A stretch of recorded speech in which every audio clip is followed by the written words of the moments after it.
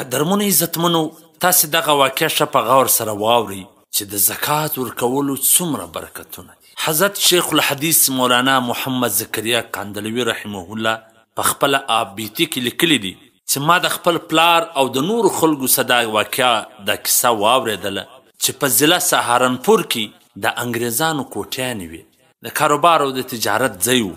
هغه وخت د انګریزانو حکومت و دلته. نو دغه انګریزان به خپله په دهلي، کولکتا په د غټ ښارونو کې اوسېدله، دلته به ملازمین پر درولي وله. نو یو وخت داسې پیښه وسوه چې هلته ځنګل یا شاوخوا ځایو اور واخیستی. نو د یو انګریز ملازم هغه انګریز ته ورمنډه کله چې خبرې کړي چې ځای اور اخیستی دی، ستا دوکانو له هم رانږدې کېږي، یو غم یې وخوره یې خبر کړي. نو کله چې هغلته ورغلی، هغه په یو شي لیکلو باندې لګیا و.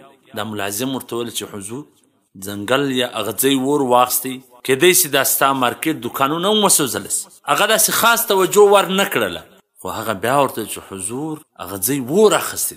هغه انګریز ورته وویله چې دا کیدای نسي چې زما کوټیانې یا زما دوکانونه یې اور واخلي، ځکه زه د مسلمانانو رنګه زکات ورکوم. وایي کله چې د هغه کوټیانو ته اور ورسېدی، هغه اور مړ سو، د هغه کوټیانې بچ سوې.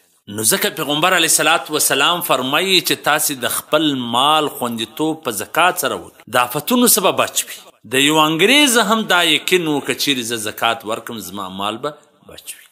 نو په زکات ورکولو کې خو به یو ستا د مال حفاظت وي، دویم به د الله رضا وي. نو دنیا به دې هم ښایسته وي، آخرت به دې هم ښایسته. الله جل جلاله فرمایي یمحق الله الربا ویربي الصدقات، چې زکات مال ډیروي.